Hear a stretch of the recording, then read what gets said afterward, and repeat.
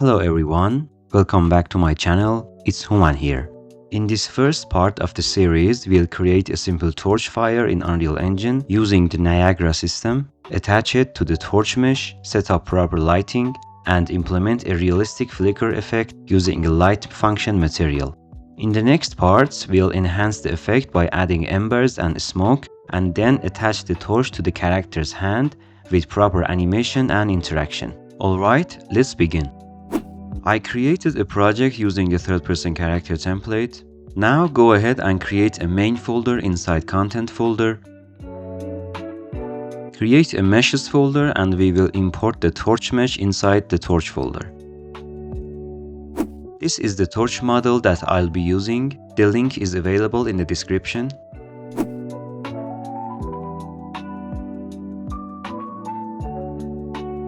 Let's keep the first LOD and delete the rest. Let's also rename it to SM Torch. Drag the mesh into the scene to see how it's looking. I will also bring the character mesh to the scene to have a reference for the scale.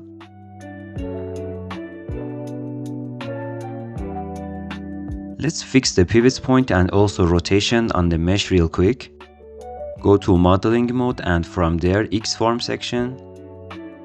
Now you can follow along the video to fix the rotation and the pivot point.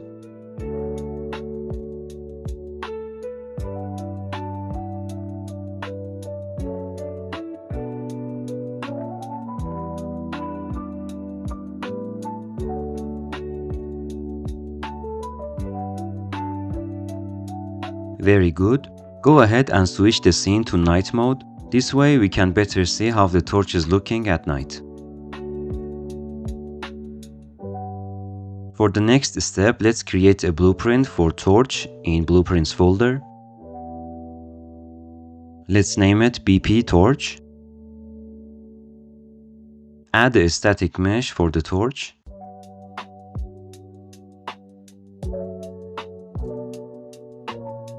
Now add a Niagara system component and make sure torch is the parent.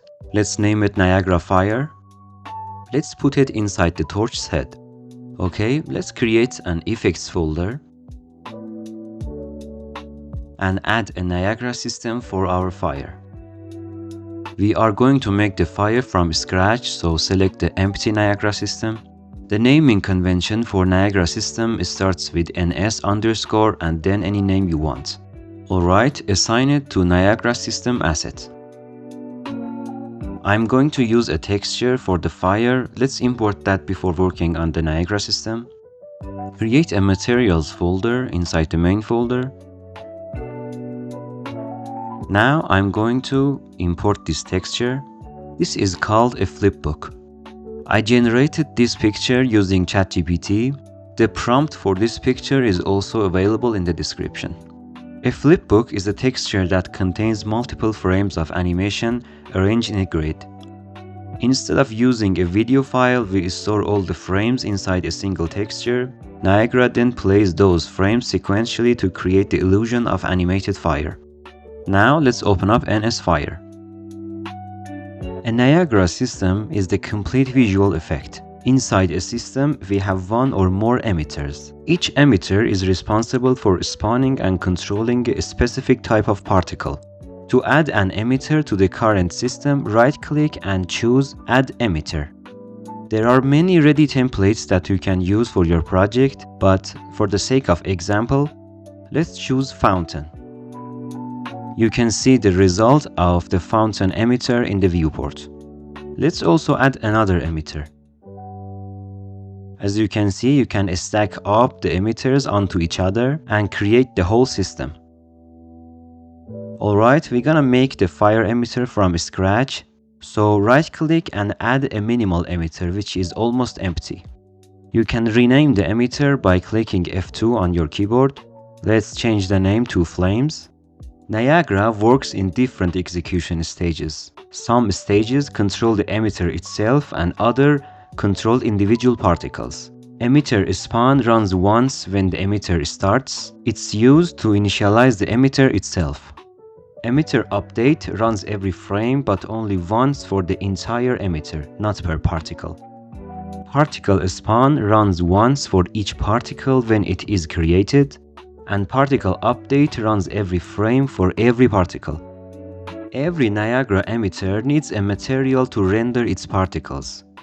You can see the material by clicking right here. Click on Browse to open up the default sprite material. Let's open it up. We can learn from the structure of this material to build one for our own. The most important node here is particle color. This node lets us to change the particle color from the Niagara system settings.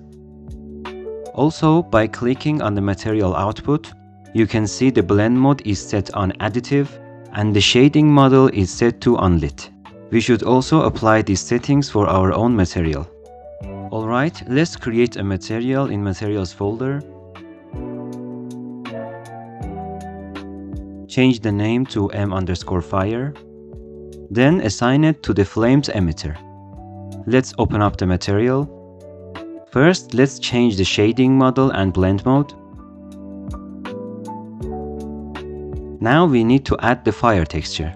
If you just drag and drop the texture to the graph, Unreal doesn't know that this has multiple textures inside it, not a single texture. So instead of this, right-click and search for Particle Sub-UV. Then add the particle color node, which I explained it earlier. Here, the goal is to connect the nodes in a way that the particle color can control the opacity and also the tint of this texture. So, by multiplying the RGB of these two nodes, particle color can control the color of this texture. This goes to emissive color. Now do the same for the opacity and multiply the alpha for particle color and particle sub-UV. Alright, that's all we need for now. So let's get back to Niagara system. Okay, our emitter has a proper material, but we can see nothing in the viewport. That's because nothing is being spawned. I know that by looking at here, it says 0 particles. It means nothing is being spawned right now. If you want to spawn particles, you should add a module name spawn rate. This way, we are telling the emitter to spawn particle on each frame. Okay, something is spawned, but this is not what we want. The emitter does not know we are working with a FlipBook. To fix this, click on Sprite Renderer, open Sub-UV section. We need to change Sub-Image Size property. There are 64 frames of fire instance in our texture. There are 8 columns and 8 rows. So we need to write 8 by 8 in Sub-Image Size. Now you can see Niagara is picking one of the frames. We need to tell the Niagara to animate between the frames.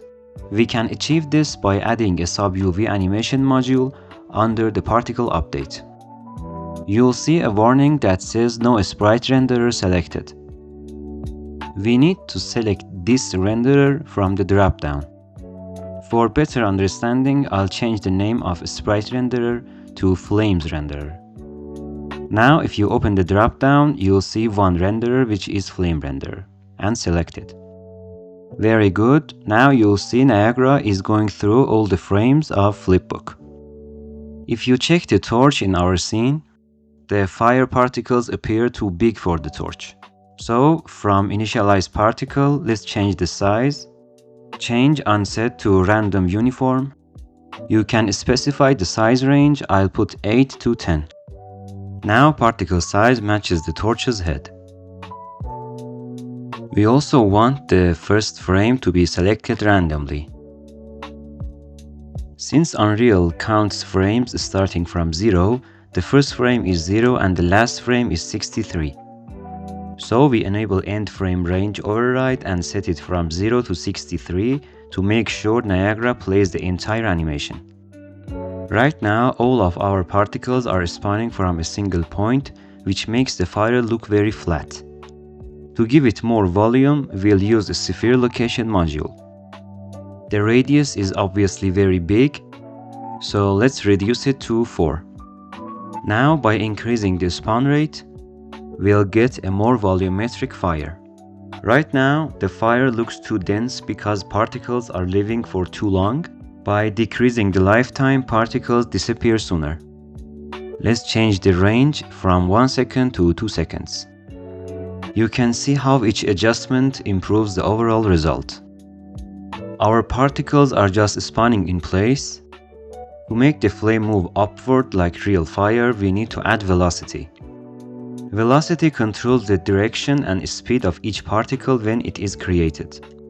So we should add it under particle spawn.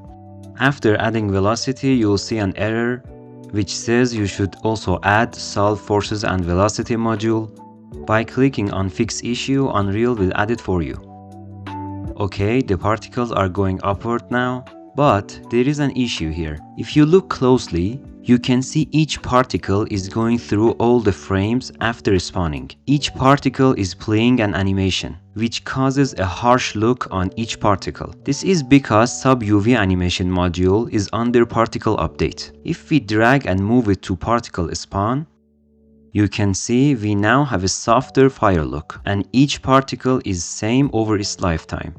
Let's adjust the velocity because right now the fire is too tall. Let's also decrease the lifetime and add the spawn rate to make it denser and shorter.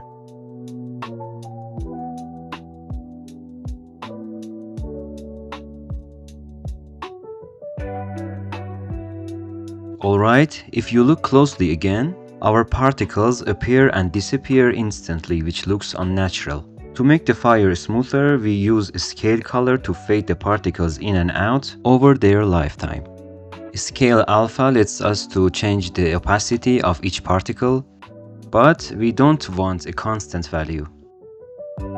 Click on this arrow and select float from curve.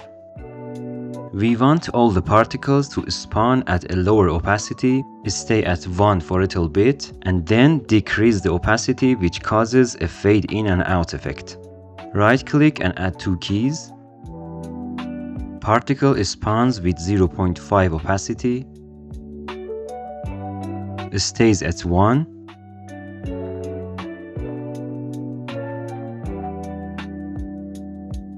and then fades out completely. You can also select all the keys, right click, then choose break to have a smoother transition. Very well, fire looks more natural right now. Okay, the next issue is the flame looks a bit flat and uniform. To shape it more like a real torch fire, we'll use scale sprite size to control how the particle size changes over its lifetime. At the beginning of the lifetime, the particle starts small, then it grows in the middle, and near the end, it shrinks again before disappearing.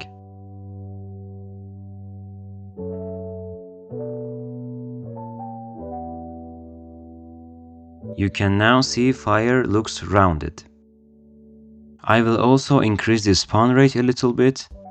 Alright, at this point the fire looks much more natural. One more thing, if you rotate the fire in the scene, you can see the flame is not reacting correctly to the rotation. The fire should go upward in the world space, not in local space. We can fix this by changing the velocity space to world space. Okay, that's taken care of.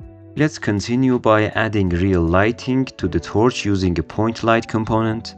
Add a point light under the torch and position it inside the torch's head.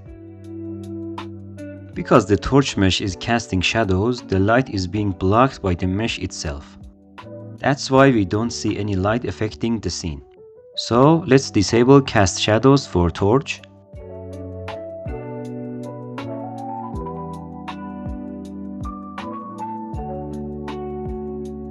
Let's get back to the blueprint.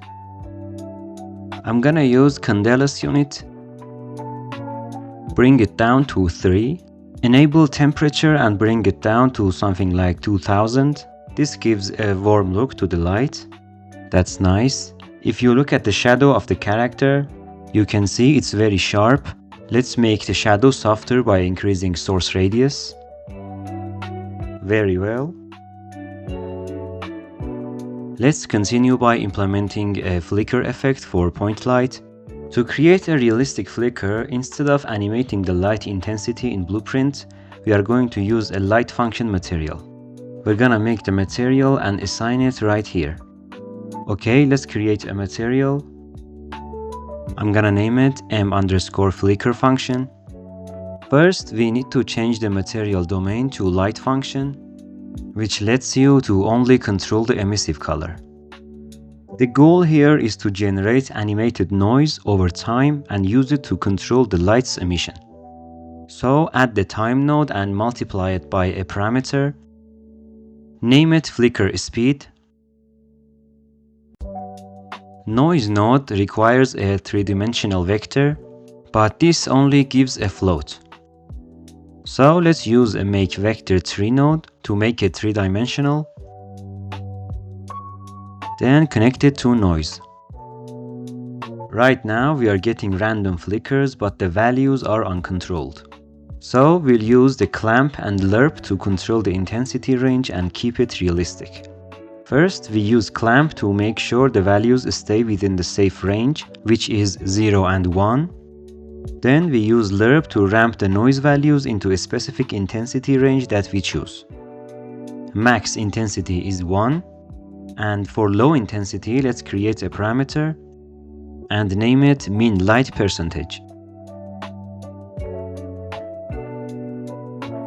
Let's create a material instance from it, then assign it to the light function. Now let's control the flicker using the parameters that we gave to the material. Let's set 0.8 for min light and set the flicker speed to 0.5. I'm happy with this result. We can continue refining it later if needed. That's it for this part. In the next video, we'll add embers and smoke to enhance the effect and then attach the torch to our character's hand with proper animation and interaction. If you found this tutorial helpful, don't forget to like the video and subscribe to the channel. Thanks for watching and I'll see you in the next one.